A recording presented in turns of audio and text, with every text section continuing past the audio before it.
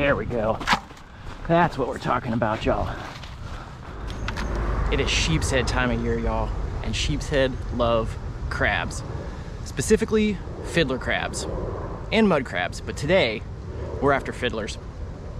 So I'm gonna show you how I catch them. There's basically 3 ways you can do it. One, if you can find them grouped up, sometimes they're in the dozens, even hundreds, and you can find them away from structure, you can cast net them if you have a fine mesh cast net. It's the easiest way to do it, but it involves a lot of luck and knowing where these crabs are gonna be. But part of that equation is the tide, and I'll talk more about this later, but it's almost dead low tide. We're into the negative tide territory coming off the full moon 2 nights ago. This is the perfect time to catch sheepshead bait. So, if you don't find them grouped up in the dozens or hundreds where you can cast net them away from structure, they'll probably be really close to the mangrove shoreline. And what you can do is basically just bum rush them. And I call this the bonsai charge. It's definitely the most fun way to do it. It's challenging, it's not for everybody. And sometimes it involves like crawling under the mangroves and getting a little dirty. And yeah, just doing what you gotta do to get the bait. So, if you don't catch them like that, a lot of times you can also find them hanging really close to their hidey holes. Now, when you come up, they're gonna go right back in their holes. But if you have a spade, you can fish them out, dig them out, and sort of get them one by one. It's not the most efficient way to get them, but it is definitely effective. I've used all of these techniques before. So let's get out on the flat, find the crabs, and see what we can do, y'all. Stay tuned. Yeah, so as y'all can see, it is low tide. Got a negative tide today. And this is gonna be the best time to target fiddler crabs and also mud crabs. We'll talk more about that later. But one thing you can do to sort of get ready for sheepshead season is scout areas where there might be fiddler crabs throughout the year while you're waiting. That's how I found this spot, which I'm hoping is still holding all the crabs that were there a couple months ago. All right, y'all, I just found a big old group of fiddlers. Unfortunately, they're hiding real close to the trees.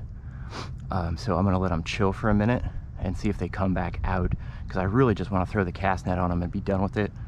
I don't want to have to chase them around and catch them by hand, but of course that's an effective way to do it too. It's just easier if you can get them with the cast net. So we're gonna give them a minute and see if they come back out onto the flat. Okay, this group is not moving back out onto the flat, so we're gonna make a bonsai charge at them and see what we can get, if anything. So here we go.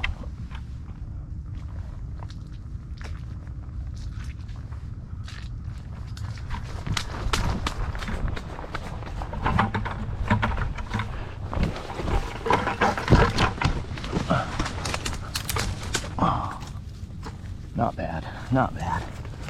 Tried to catch some with the bucket. Not bad.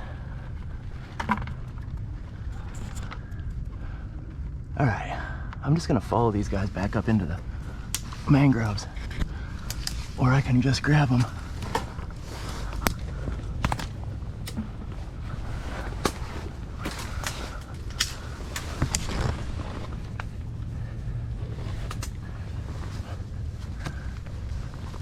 Yeah, they pretty much got nowhere to go.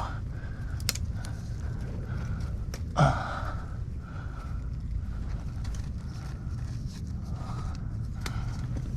pretty much got nowhere to go, y'all. Oh yeah, that was good.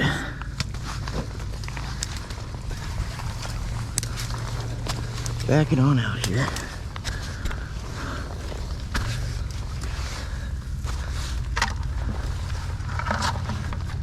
All right, we did pretty good there.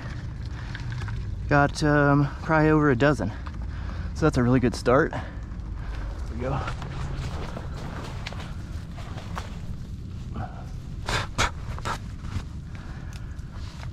Yeah, freaking spider web.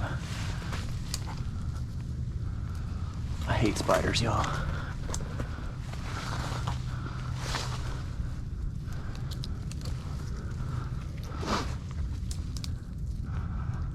Well, they're hugging too close to the mangroves to cast net them, but that's okay. We're still getting them. Got a nice another half dozen or so in that attempt. All right, if we do this a couple more times, we'll be in business, y'all. All right, here we go again. You guys ready?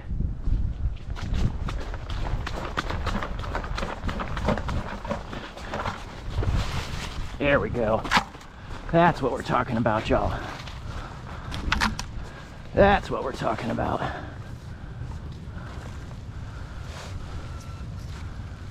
Got to get them in handfuls while you can, and then just pluck off the stragglers.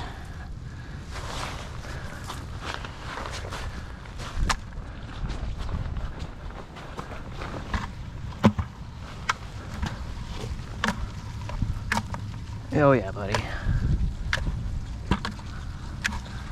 All right, we got sheepshead bait for days, y'all. Days.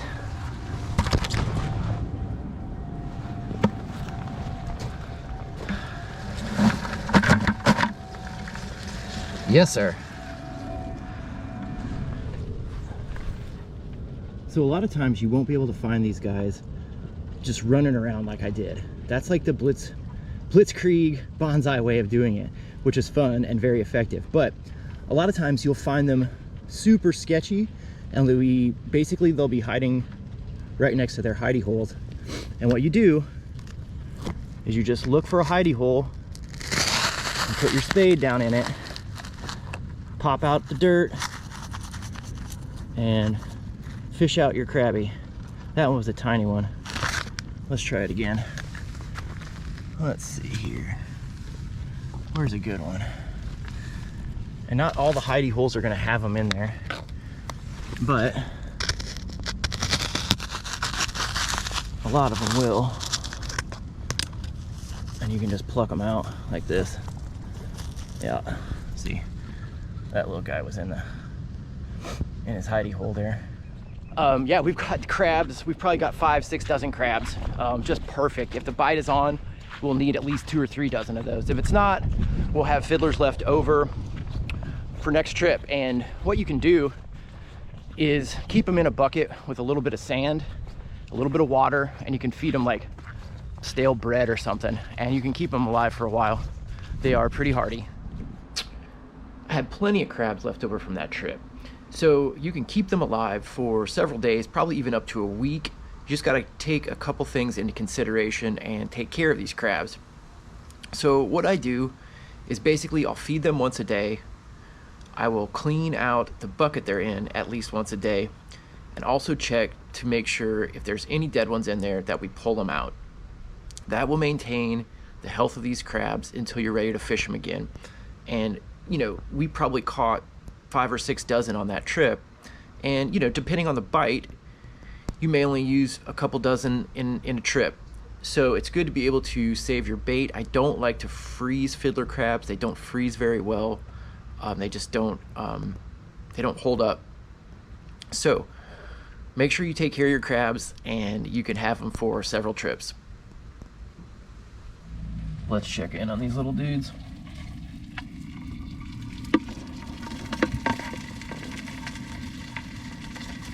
Yep, they're looking pretty good. Looking pretty happy and healthy at the moment.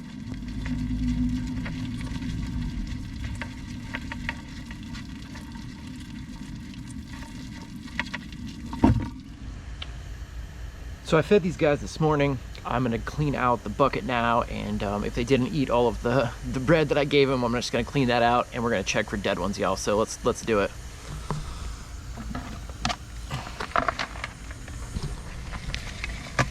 I'm just gonna flush this with some water.